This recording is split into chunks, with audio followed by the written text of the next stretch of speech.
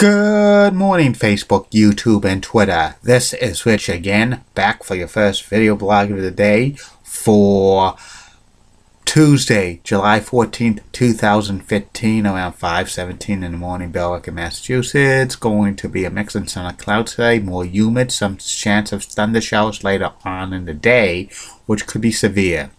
Some news to report: Reds slugger Todd Frazier won the 2015 Home Run Derby.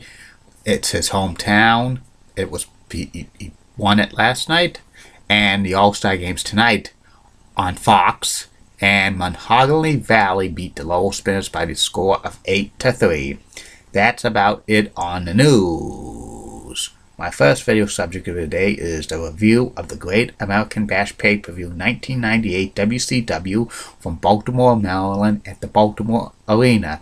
This was the headline of the pay-per-view was Sting facing off against the Giant, with the winner picking who then won as a partner for the WCW World Tag Team Champions, because Sting and the Giant were WCW Tag Team Champions, but the Giant turned on Sting and rejoined the NWO. Plus, they had other matches on this card. And calling the pay-per-view was Tony Schiavone, Bobby the Brain Heenan, and the Professor Mike Tenay. There was no dark matches on this pay-per-view.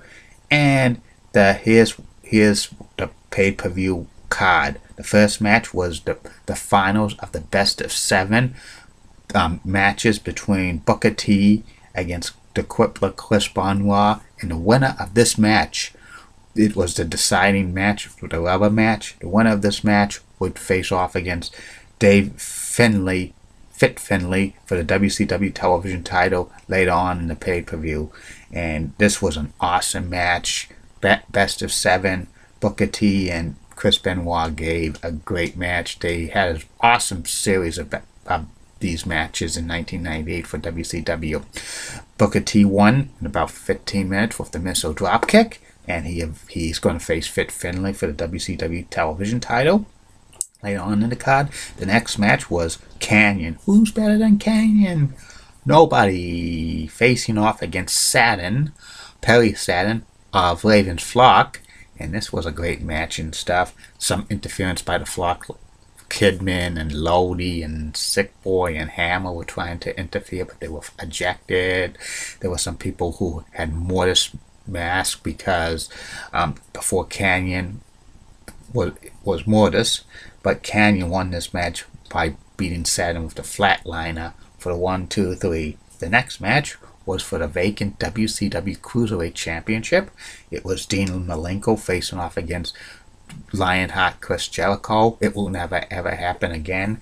Dean Malenko regained the the Cruiserweight Championship the month before because he wrestled as like a Max Lucha wrestler, but he was stripped of it. And Chris really wanted to regain this match. It was a decent match, back and forth. Ending had Dean Malenko hit Chris Jericho with the chair, causing the disqualification, and Chris Jericho regains the WCW Cruiserweight Championship.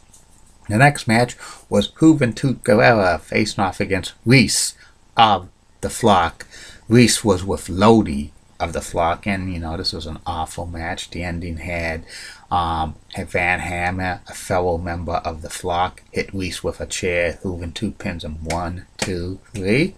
Was not a good match. The next match was Chavo Guerrero Jr. facing off against Eddie Guerrero. I lie, I cheat, I steal. And this was kind of a family, feud match, because Eddie Guerrero was like bullying his nephew Chavo and stuff. And it wasn't, a decent feud. The 2004 feud in WWE was much better than the one in 1998 for WCW. Chavo Guerrero Jr. wins with the Tornado DDT. The next match was for the WCW Television Championship. It was Booker T facing off against Fit Finlay, Dave Finlay. Eventually, Fit Finlay became Finlay in the WWE. I'm Finlay and I love to fight. And this was, a great television title match. It lasted about 12 minutes and so. Booker T beats Fit Finlay with a pile driver to win the WCW Television Championship. Booker T did not really use the pile driver that much, but he's the new Television Championship. The next match was for the WCW United States Championship. It was Konnan of the NWO Wolfpack with Ravishing Rick Rude and Curt Hennig in his corner, facing off against Bill Goldberg, who at this time was the United States Championship, and he was still undefeated. And this was only a 2-minute match. Bill Goldberg gives the Jack the spear and the suplex to pin Konnan 1, 2, 3 to retain the WCW United States Championship. After that match, Curt Hennig and Ravishing Rick Rude attacked Konnan, and he revealed a part of NWO Hollywood.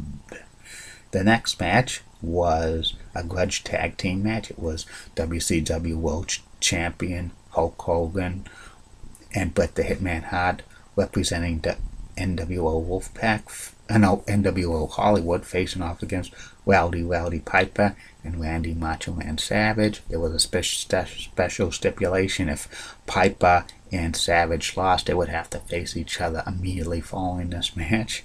This was kind of an awful tag team match, but the Hitman Hart puts the sharpshooter on Randy Savage, beating him up, and it was awful. And then immediately following this match, it was Piper facing off against Savage, which was only a 2-minute match. Piper took advantage of Savage's knees, which was hurting, and put him in the figure 4 leg lock, and Savage tapped out and stuff. Savage needed to have major knee surgery, so that's why they worked on his legs and stuff, so to get major knee surgery. And then the final match of this pay-per-view was Sting representing the NWO Wolfpack facing off against the Giant representing the NWO Hollywood, and this match would to decide who gets possession of the WCW World Tag Team Championship, because Sting and the Giant were technically WCW World Tag Team Champions around this time, but the Giant turned heel and we joined NWO Hollywood, and Sting joined NWO Wolfpack. This was, decent match and stuff. Back and forth. Sting wins with the Diamond, with the Scorpion Death Drop, like a reverse DDT, and then Sting picks Kevin Nash as his tag team partner for the WCW World Tag Team Championships. If the Giant won, he would have picked the disciple of NWO Hollywood. The disciple, it was played by Brutus Barber Beefcake, the Man with No Name, Zodiac, the Butcher, the Booty Man. His real name's Ed Leslie. And this ends the pay-per-view. The Great American Bash 1998 WCW pay-per-view. This one was kind of very, very poor. Probably a D in my opinion. The only things that were pretty entertaining were like the Booker T versus Chris Benoit match, because they had a great series of best of sevens, which was pretty amazing. The rest of the card was, goddamn awful and stuff. And this was the, 1998 was the decline of WCW, and it's just sad. But if you it's like that, because WCW was very hot in 1996, 1997 with the NWO, but when they had the NWO split up to 2 factions, it was not that great. And recommend to avoid this pay-per-view at all costs if you want to see it. And that's about it on that. Tomorrow will be Great American Bash 1999 review. I'll be back later, Facebook, YouTube, and Twitter, 2 more video blogs. One will be about MBTA Bus Route 78 from Harvard Square Station in the Red Line to Almouth Village via Concord Avenue in Cambridge. And a third and final video blog of the night will be about the personality profile about America's sweetheart Betty White. See you later, Facebook, YouTube, and Twitter. Bye now.